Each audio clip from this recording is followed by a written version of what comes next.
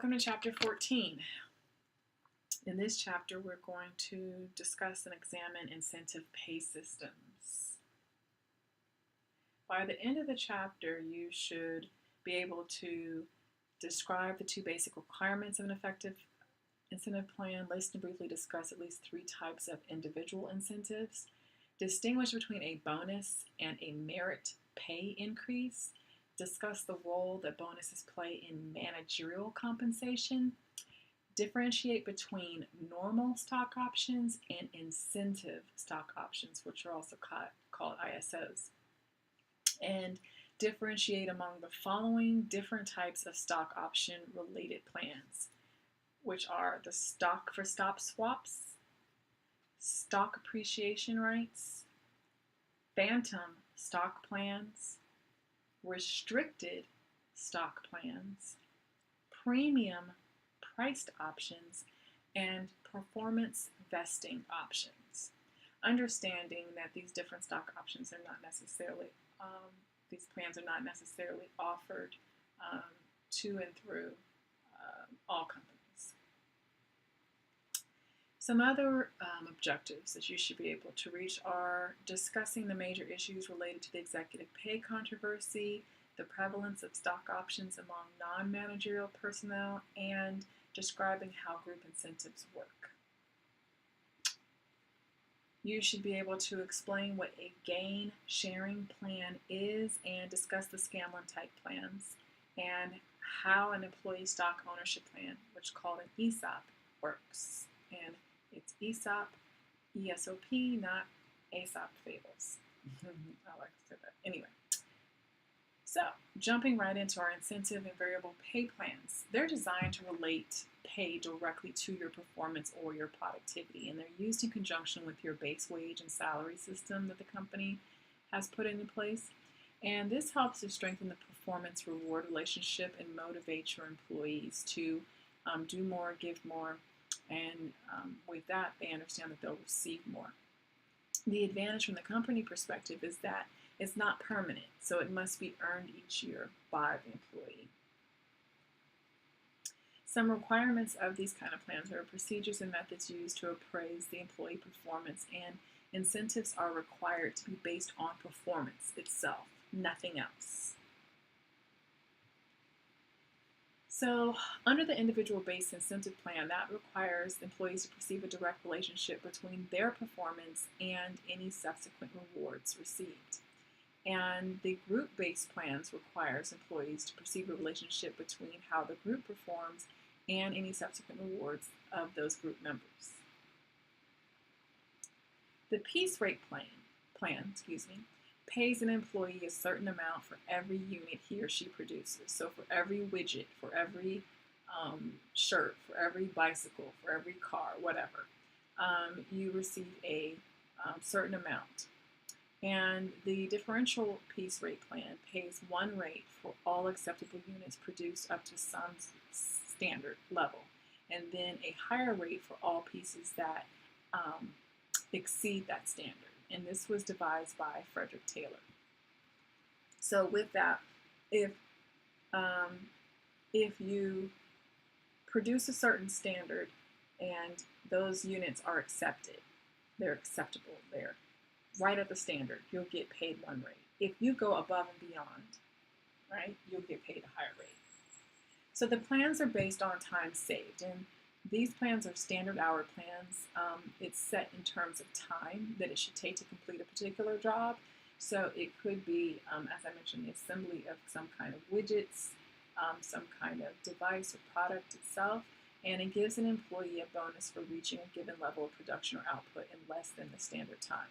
So if the standard time is an hour and the person is reaching their production in 45 minutes, then you can see how you have saved the company 15 minutes for that item being produced, and you get a bonus for that. The commission plan is rewarding employees based on how large their sales volume is. There are some advantages and disadvantages. One advantage is that it relates the rewards directly to performance. The disadvantage is that sales are then impacted based on environmental factors and things that an employee cannot control. And so if an employee can't control it and I'm not able to get the sales volume that I need, then why am I being penalized? I can't get a commission because of these external or even possibly internal factors that I can't control them. And so that's a disadvantage. Then, of course, we have our individual bonuses. A bonus is a reward that you get. It's often one time based on your high performance. You earn it each year. An organization is not obligated over the long term. Problems can arise if the expected bonus is not granted, right? And you're expecting to get a bonus, you don't get it, and so you can become dissatisfied. What happens? Job dissatisfaction leads to turnover, leads to absenteeism, leads to a whole bunch of things, negative things.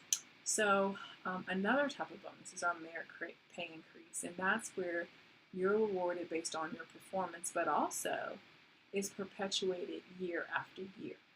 So it has a continual effect. Now, we have some offer cash incentives for employee suggestions that can result in increased profits, reduce cost, improve customer relations, and it provides a means for making you as the employee feel like you really are part of the organization. You're a member of the team. You're a valuable asset. And then it helps to improve the communication between the management team and their team members. The incentives for managerial personnel is that you could get an annual bonus, and that would be year-end based on the performance that was reached over the year. And it's considered as an individual incentive because the key roles that managers play in the success of the organization. So your ability to get your team to reach or exceed the year-end goals then leads to a bonus for you. Unit plans, also called performance share plans, awards the top execs a set number of performance units at the beginning of the performance period, and the actual value is determined by the company's performance over the performance period. So it looks at that designated period of time, and then from there an actual value is set based on that period of time. It's not looking over multiple periods, but a specific period. So with that, you can actually be awarded a set number of units. Then we have our stock grants and options for managerial personnel. The stock grants occur when you, as a company, give stocks to managers as part of their normal compensation, and that does happen, especially in larger companies. And the incentive stock options, the ISOs, or ISOs, perform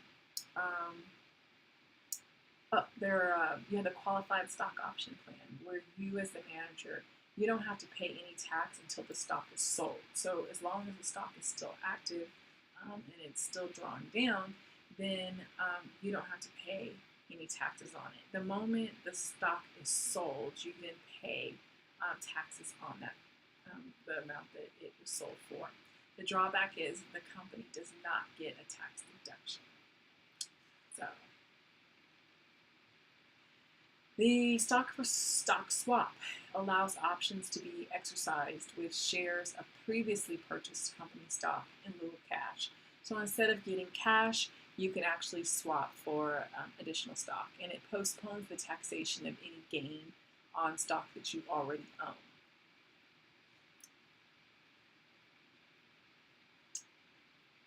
SARs are stock appreciation rights, and an executive has the right to relinquish a stock option and receive from the company an amount equal to the appreciation in the stock price from the date the option was granted. And so you could see the difference between not just when the option was granted, but you can any gap, so it can actually go up, so it can actually appreciate in value, and you can then be able to say, hey, that's what I want. So my stock option is X number of dollars, and I want that equivalent cashed out to me. And so under SAR, the option holder does not have to put up any money. There's a phantom stock plan that protects the holder if the value of the stock that you hold decreases, and the option holder is not required to put up money. The restricted stock plan, on the other hand, gives the company gives shares of stock to participating managers and is subject to certain restrictions, and shares are subject to forfeiture until earned out over a stipulated period of continued employment. The premium priced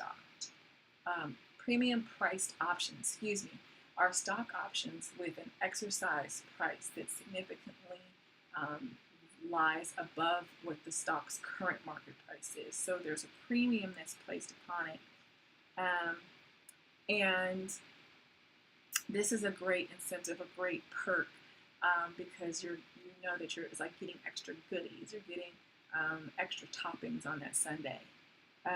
The performance vesting options are stock options that are priced at market price, but there's a but. They're only exercisable if the stock price reaches the price goal or exceeds the price goal during a defined period of time. If it doesn't, then you can't exercise your stock option. Right? You can't do anything with it, so you're going to have to just rest and hold on.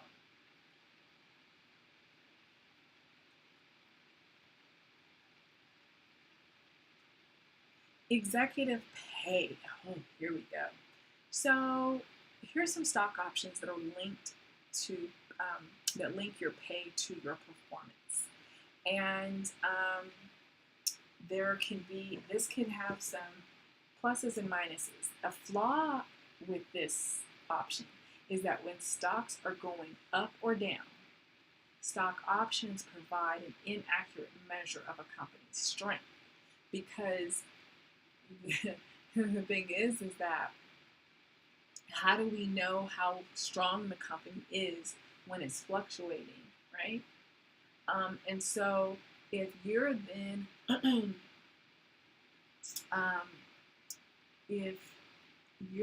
being awarded stock options based on that stock being up, and that is translating that you and the company are performing well, but in actuality the company is weak, there's a Achilles heel that has been ignored, then you've now given out stock options, which stock options are ownership. That's ownership in that company.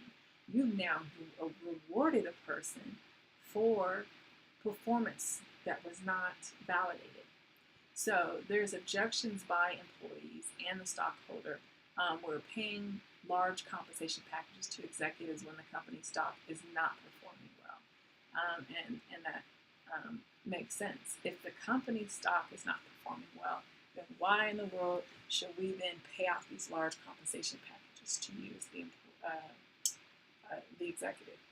No, you're obviously not doing the job you need to be doing. So with that, you're going to have to hold out. There are some new regulations that have been put in play that prohibit cash bonuses and other types of incentives for the 5 most senior officers and the 20 highest paid executives.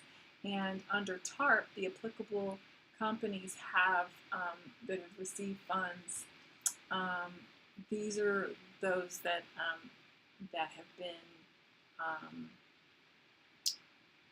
been tagged under this. And TARP is Troubled Asset Relief Program. And this keeps us from having the situations that we've had in the past in the 90s and early 2000s, where you had these senior officers and top execs getting these huge bonuses, and the company was plummeting. It was imploding, right? Say on Pay is an annual non-binding shareholder vote regarding executive compensation, and you have advisory boards that oversee executive pay, and they make sure to express the shareholder views on pay, and then they vote on executive compensation. And these are for all, of course, corporations that have shareholders and boards involved.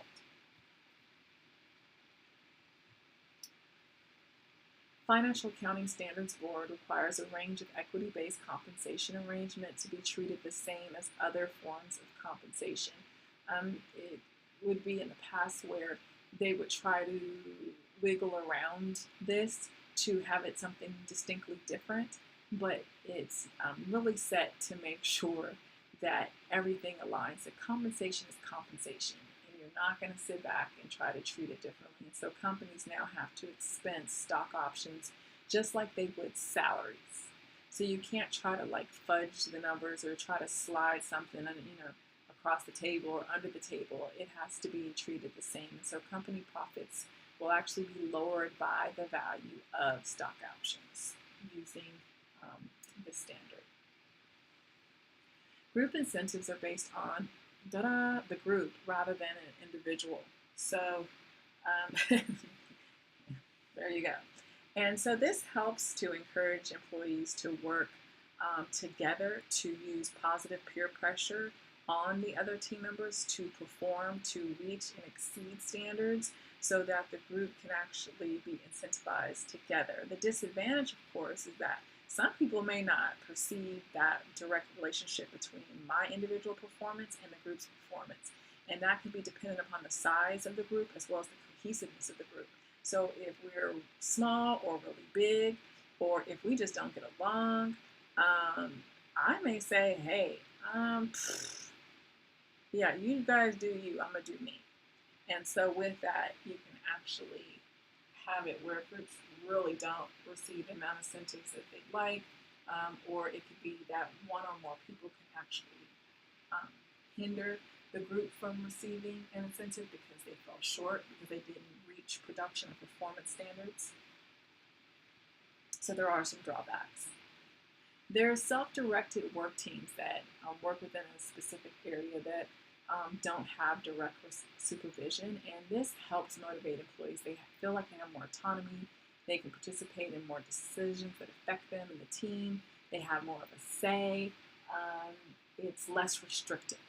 And there are various organization-wide incentives that are going to reward the entire company for the performance that the company as a whole fulfilled, usually by year end.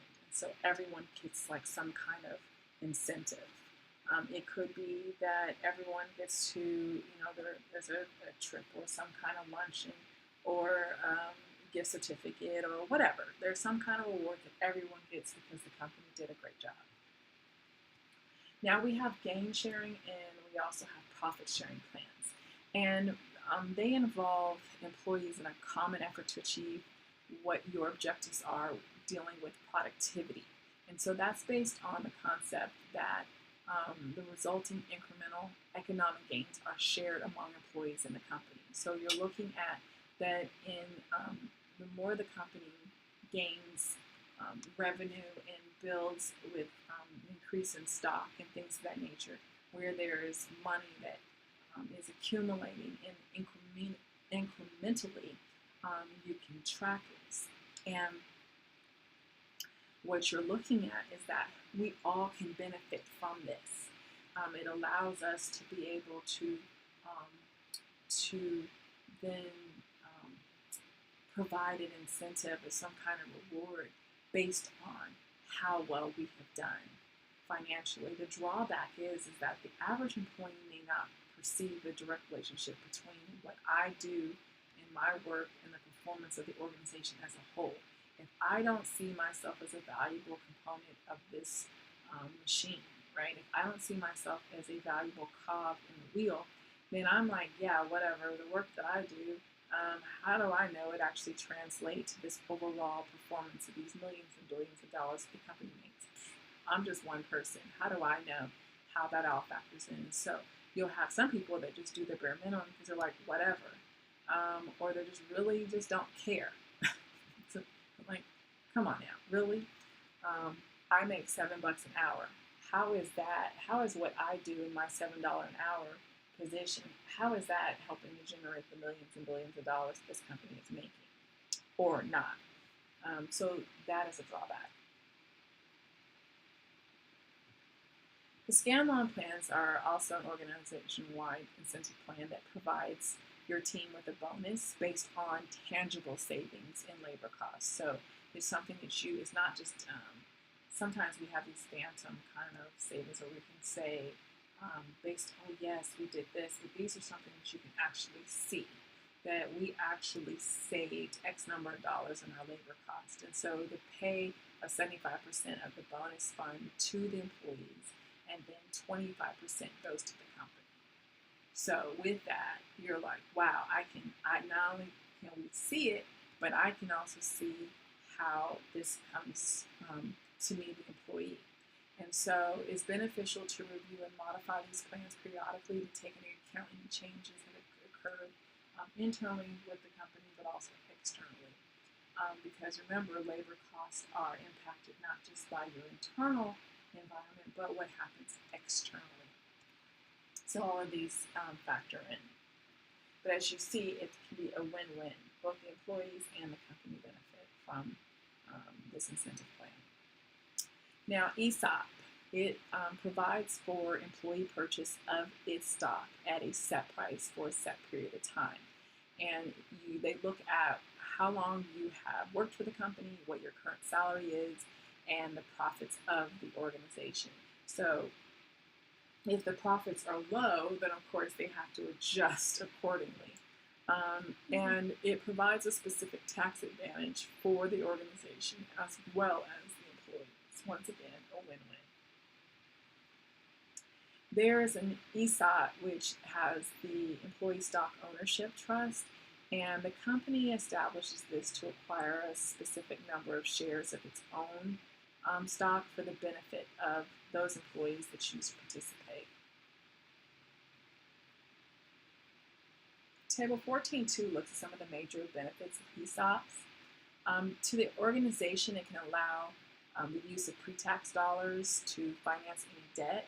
So that can be beneficial because it can then help to reduce the amount of debt, which then frees up monies on the back end later that can help incentivize employees, and it can also help to increase cash flow, protects the company from estate problems. It can motivate employees by giving them a piece of the action. For employees, there's some favorable tax treatment if you have any lump sum distribution. There's also deferment of tax until there's natural distribution, and then there's exemptions to both the gift and estate tax. It can allow you as an employee to have some voice in how the company is ran, because remember, as a stock owner, you're an owner of the company. So there's a benefit there. To other stockholders, it provides ready market to sell stock. It can result in preferential consideration for a government guaranteed loan. It protects the company from having to come up with large sums of money to settle an estate, as I mentioned in the benefits to an organization. And another benefit to stockholders, it maintains voting control of the company. Now here's some summary of commonly used incentive plans, table 14.3, for both managers and non-managers. And you have individual, group, and organizational type plans. So for non-managers, there are plans that are based on time saved, as well as stock options as an individual. As a group, there's bonuses that are based on group performance, and then organization-wide, you can have an ESOP. For managers, there's stock option plans like the SARS, the Phantom, the restricted, as individual options. For group, you have the bonuses that are based on group performance, and then organization-wide, you have the same organizational-wide plans as non-managers. The effective functioning of incentive plans should be communicated clearly to all employees. Once again, making sure that the verbiage is at a reading and pension level that can reach all employees. It required to be viewed as fair by the employees. If it's not fair, then guess what? Leads to dissatisfaction. What happens with dissatisfaction? Turnover. I mean, that's the ultimate end game, right? A third thing is that it's required to be related to the performance. So incentives must be related to performance. It cannot be related to, that's your cousin or some family member or friend who went to the same university, part of the same fraternal or organization. No, it's based on performance. So with that, that is the end of chapter 14. If you have any questions, please email me. If you need me to elaborate further on anything, if by chance something in the textbook is a little vague or just too over the top, it's not specific enough, just let me know and I will help make sense of it. Thank you.